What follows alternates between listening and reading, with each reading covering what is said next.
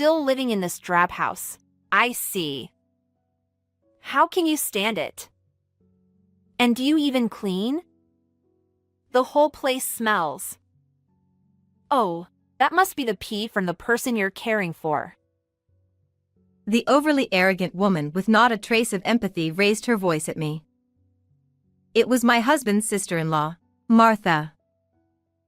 Fine then. With a cat's curse, I'll drag you down into the depths. I am Grace, a 35-year-old care worker. I work full-time at a nursing home but also go out for home care once a week. My family consists of my husband, our 2 cats, and me. My husband is a high school biology teacher. We adopted our beloved cats from a shelter, and they're now living peacefully with us. We don't have children yet, but I hope to conceive by the time I'm 38. A friend of mine had her egg cells frozen, and I'm considering doing the same. My husband is the younger of 2 brothers, and they don't get along very well. The older brother and his wife, Martha, live about 30 minutes away by car. My brother-in-law is also a teacher, in charge of health and physical education. Their mother was an educator, so it seems natural that her sons followed in her footsteps. Despite this, there is someone in the family who looks down on professions with the title teacher, Martha. I don't like people in professions with teacher in the title. They can't stand out or dress fashionably. When my sister-in-law said that to me, I thought, they can dress fashionably outside of work, and your husband is also a teacher. If you don't like it, you should just leave him. But I didn't say it out loud. I lost the energy to argue back and was surprised by her blatant declaration. She works for a major apparel company and is very particular about clothing, mercilessly criticizing anyone she doesn't approve of. Once, when she took me to a stylish cafe in the neighborhood, she looked at people walking by through the window and asked, "That person's fashion is terrible, don't you think?" I don't care about other people's clothes. It's probably because of her job that she notices other people's fashion, but she criticizes them loudly without any regard for others. Because of this, I decided to avoid her and always made excuses about being busy with work whenever she invited me out. Why does she keep inviting me? I imagined that, given her personality, she probably didn't have many friends. One day, while I was at work, she called me on my cell phone. "Grace? My project is going to be featured in a magazine." She started talking like a machine gun, without considering that I was at work. She really is a self-centered person who doesn't consider others' positions. I thought as I listened to her rapid-fire, one-sided talk. The work clothes for caregivers are all sweatpants, right? They're too frumpy, so I designed fashionable work clothes for caregivers. Can you try them out at your nursing home? She thinks we always look frumpy? I disagreed. I don't think fashion is necessary in the caregiving field. Martha, well.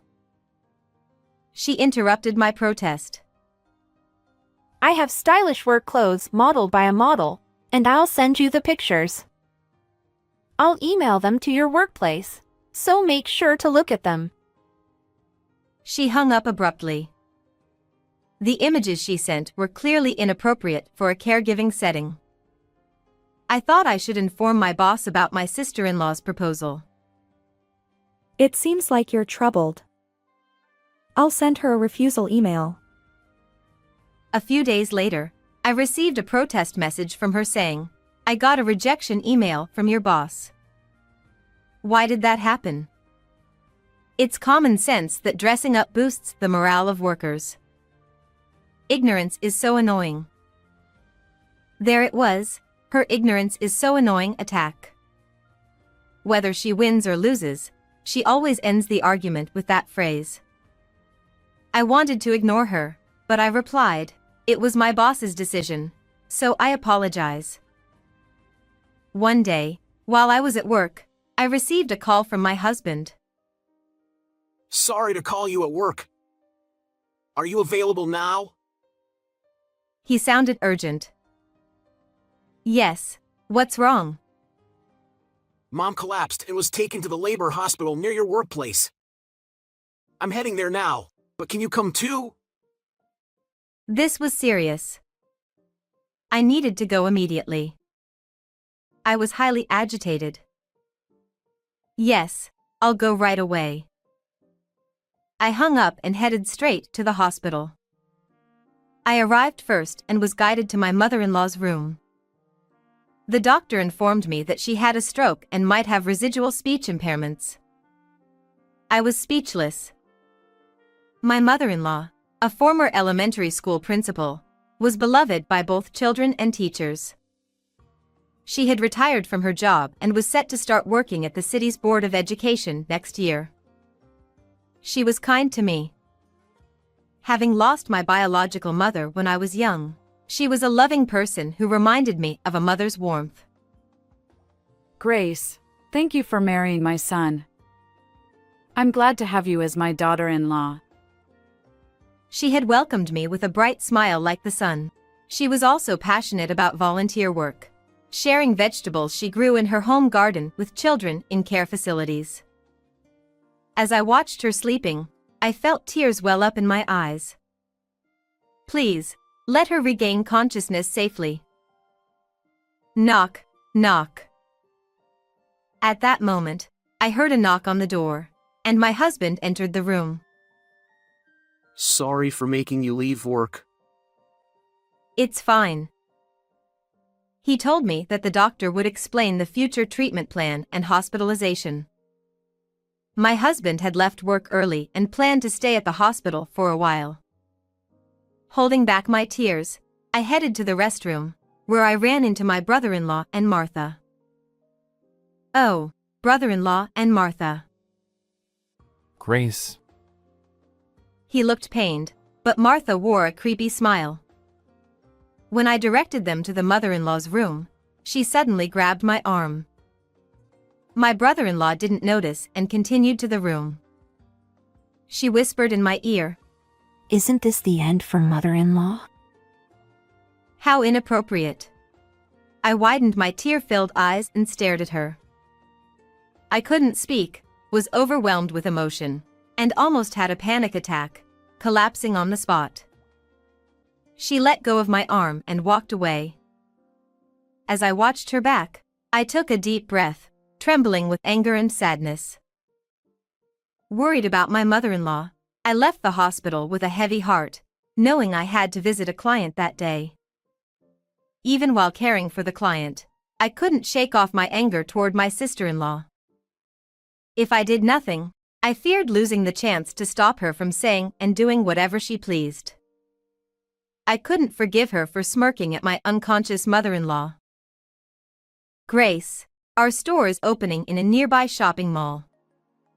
Make sure to visit. She sent me information about her company's events without fail, even attaching the website address. Previously, I would have replied, but this time I decided to ignore it. When I continued to ignore her, she started calling frequently. I ignored those too. She then left a voicemail. Grace? Why aren't you answering your phone? You're ignoring my messages and calls.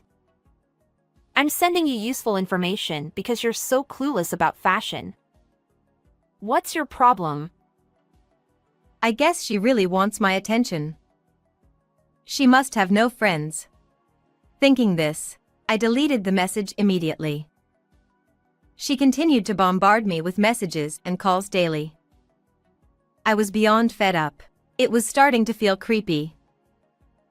Amid this, I received news from my husband that my mother-in-law had regained consciousness. However, she still couldn't speak and was in a daze.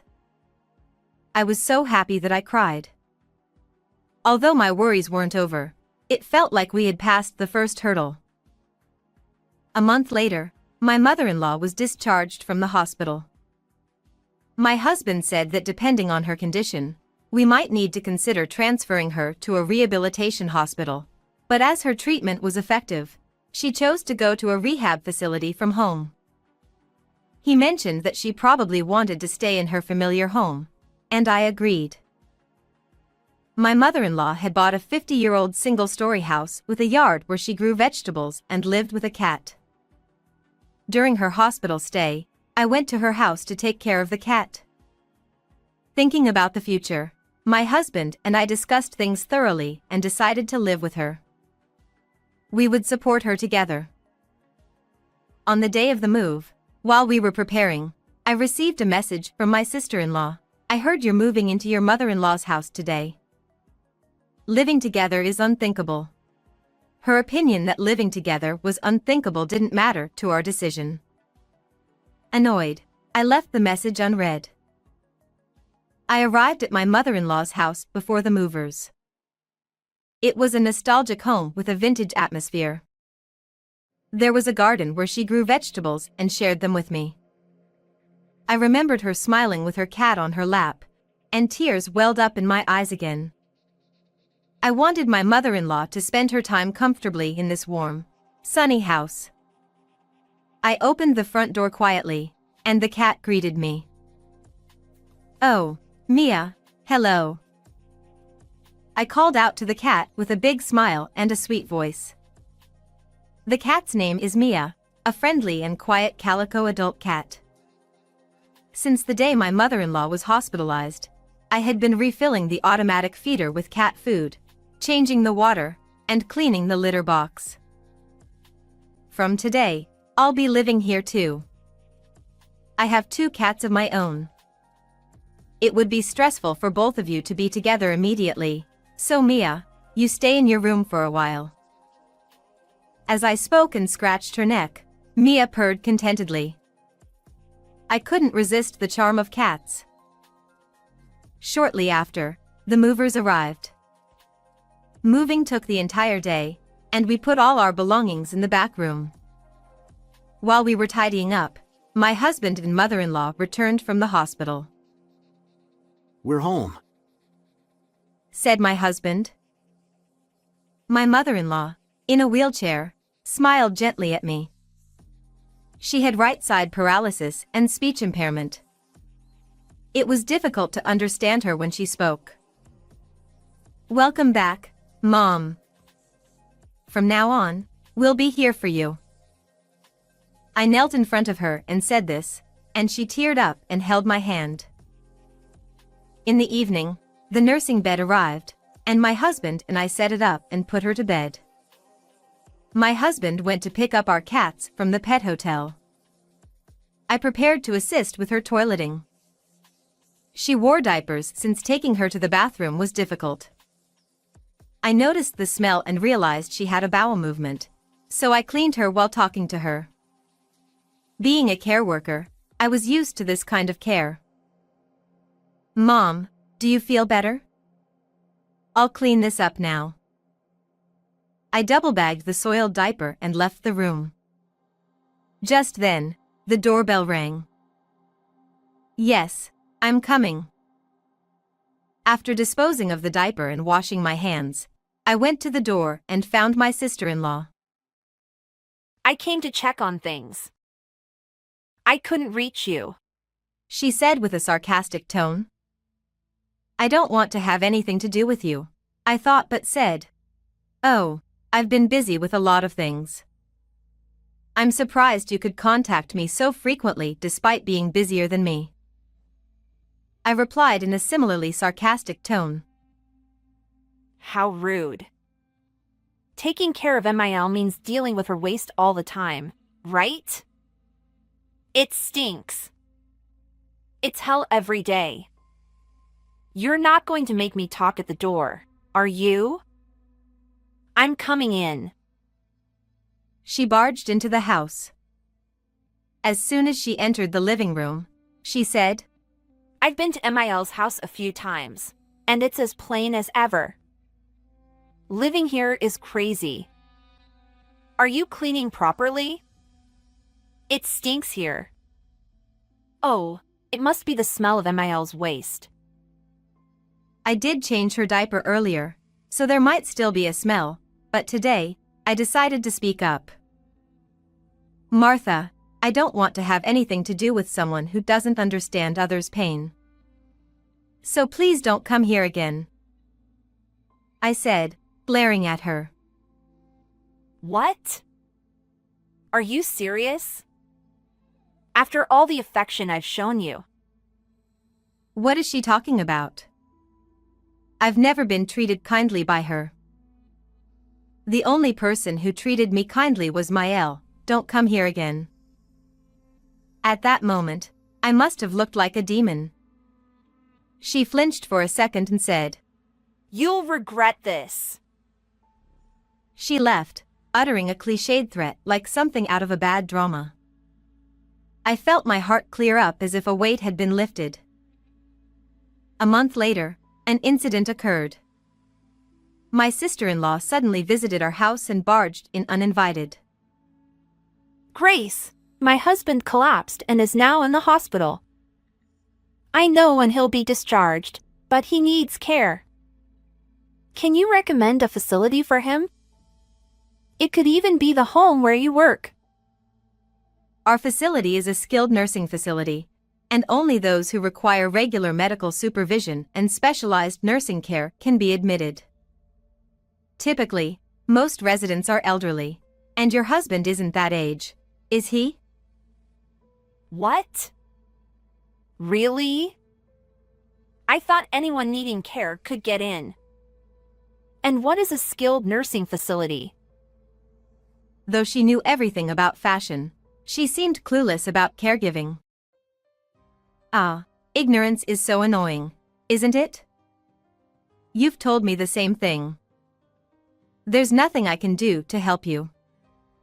Please leave. I stood up from the sofa as I said this. Why? Why won't you help me? She screamed, clinging to my leg. Hey, let me go. Just then, Mia came to use the open-type litter box in the living room. When Mia covered her business with sand, some of it landed on my sister-in-law's leg. Eek! It's filthy and smelly! Mia continued to scratch at the sand with her front paws. Thanks, Mia, you saved me. What's wrong with this cat? She screamed, picking up Mia abruptly. In response, Mia sprayed her with urine. Ah, Mia wanted to pee too. Mia meowed, kicked Martha with her back legs, and ran away. You! It stinks! This skirt is expensive! With her prized fashion dirted, she scowled. You picked her up suddenly. Think of it as spilled jasmine tea, it won't bother you. That's nonsense. It reeks. Cat urine might smell particularly bad, but humans are the same. As I watched her panic, she bumped her foot hard against the corner of a pillar in the living room and crouched down. She hit her pinky toe. That must hurt. Remember this! She yelled, struggling to stand while holding up her soiled skirt and repeating her usual line. Just before leaving the living room, she tripped over the threshold and fell again. Things happen in threes, just like the proverb says. It felt as though the house itself was pressuring her to leave. I also realized that the house needed barrier-free renovations to make living here easier. Later, my husband told me that my sister-in-law had broken her toe when she hit the pillar and, during the toileting assistance of her newly discharged husband, had fallen again and broken her arm. Her foot was in a cast, and her arm was now immobilized, leading to a very inconvenient life. Her husband also severely injured his knee in the fall, resulting in a fracture that required surgery, so he was back in the hospital. Frustrated by her husband's inability to immediately enter a facility, She vented her anger at him. Now both of them are hospitalized. How unfortunate.